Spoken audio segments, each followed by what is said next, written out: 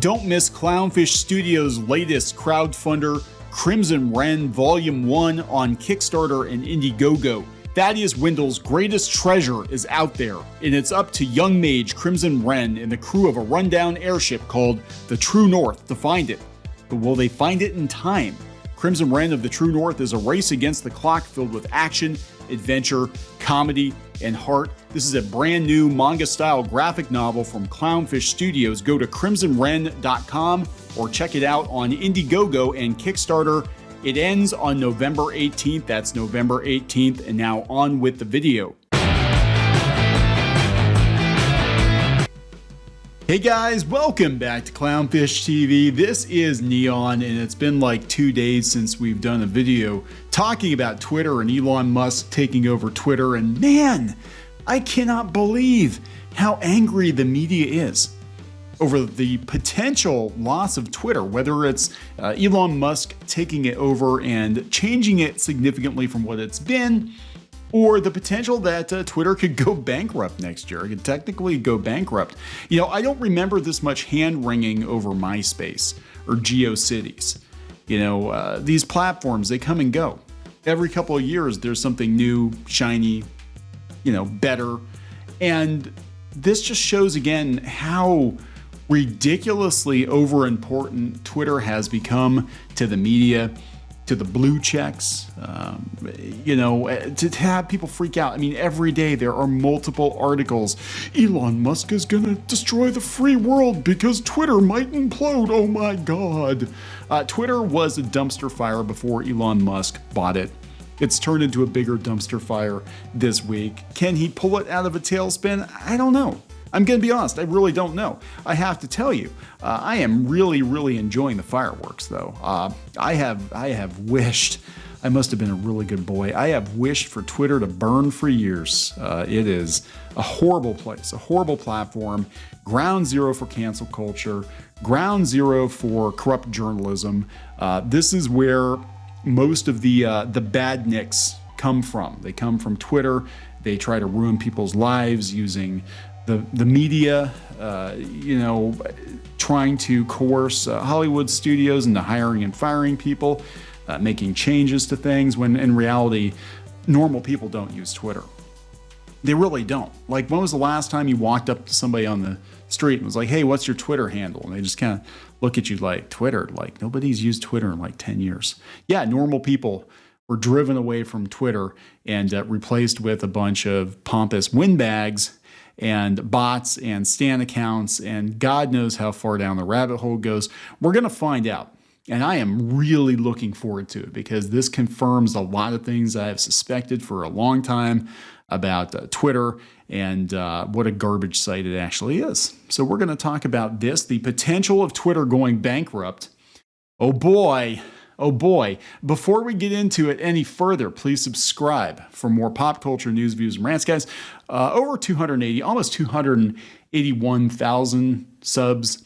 Thank you for the support. Hopefully you're all real, or most of you are real. And if you're not real, we love you anyway. We love you even if you're fake. So this is coming from NPR. NPR has got an article on it. We got freaking CNN. A day of chaos brings Twitter closer to the brink. This one, NPR. Elon Musk says Twitter bankruptcy is possible. Is that likely? Nah, I think he's using it to threaten his employees.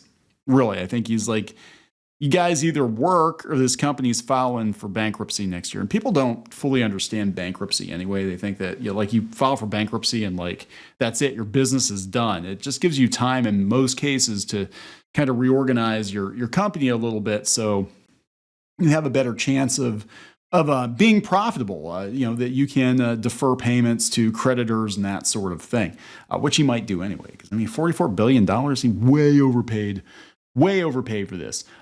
People being so upset about the layoffs. This is what, Fox News? This is yesterday. A Twitter manager vomited into his trash can after being told by Elon Musk to fire people. It's stressful. I've been there, you know, but it's kind of like the Joker in The Dark Knight. You know, he just kind of threw the pool cues down and said, "Hey, you guys figure it out. We got room for one. You know, you guys sort this out." All right, so let's look at A day of chaos bringing Twitter closer to the brink from CNN Business. 2 weeks after Elon Musk completed his acquisition of Twitter, which people said would never happen, by the way. Remember when they said it would never happen? Elon Musk can never get Twitter. Twitter's too pure. It's too holy. It's the holy land for us on the internet. He can never get his mitts into it. Capitalism, baby. Survival of the richest. The future of the company has never looked less certain. In the past week alone, one of the world's most influential social networks, influential, not popular. Let's be very clear about that. It's influential, but not popular. Has laid off half its workforce, alienated powerful advertisers, blown up key aspects of the product, and then repeatedly launched and unlaunched other features aimed at compensating for it, and witnessed an exodus of senior executives. Most of them are probably going to get gone anyway.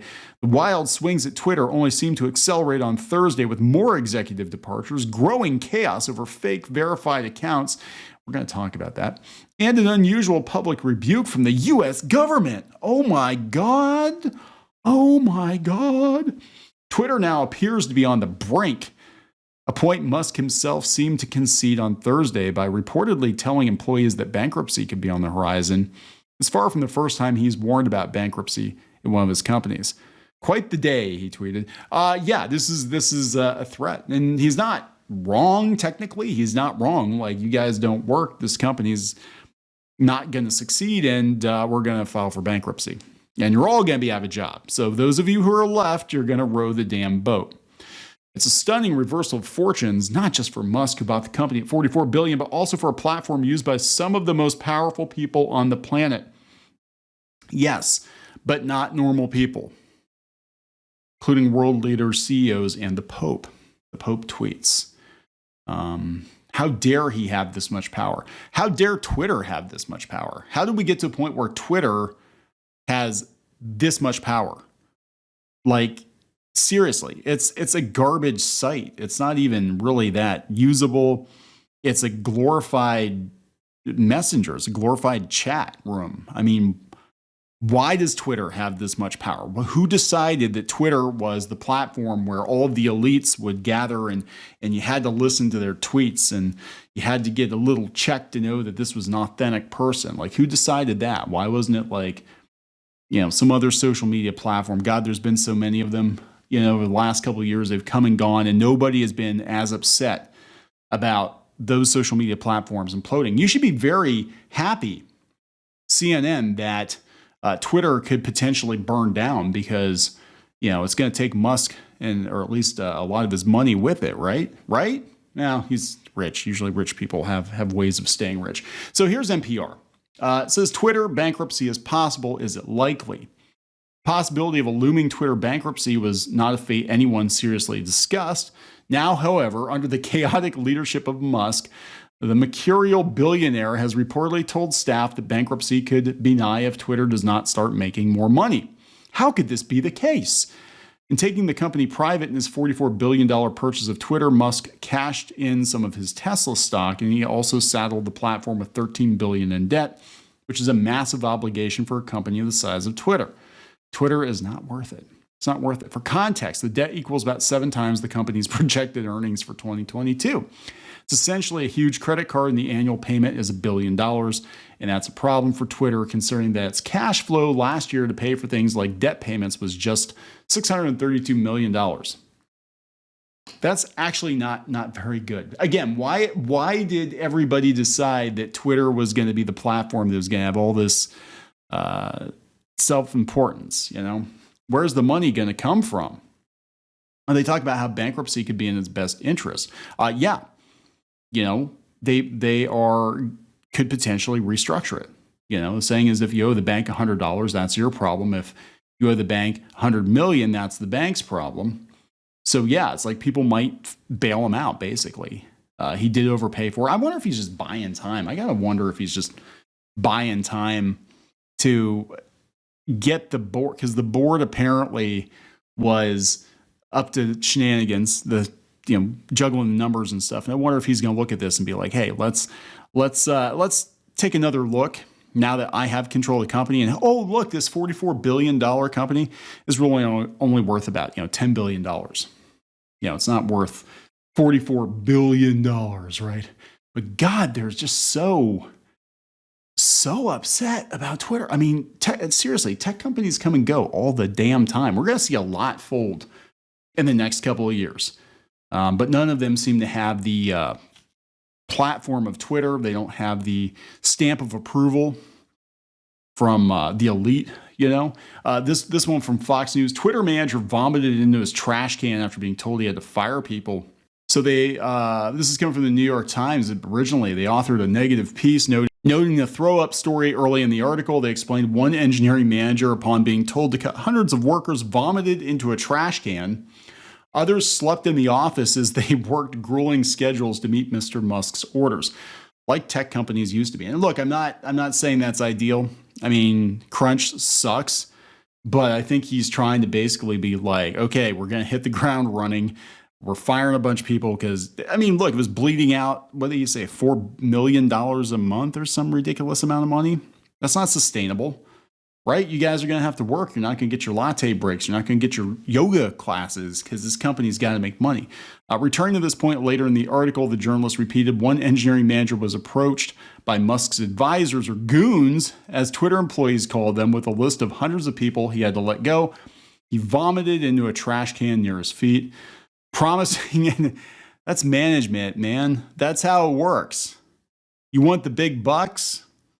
You're the one that has to make the hard decision. You're the one that has to, if you're middle management, you got to execute your boss's orders, even if you don't agree.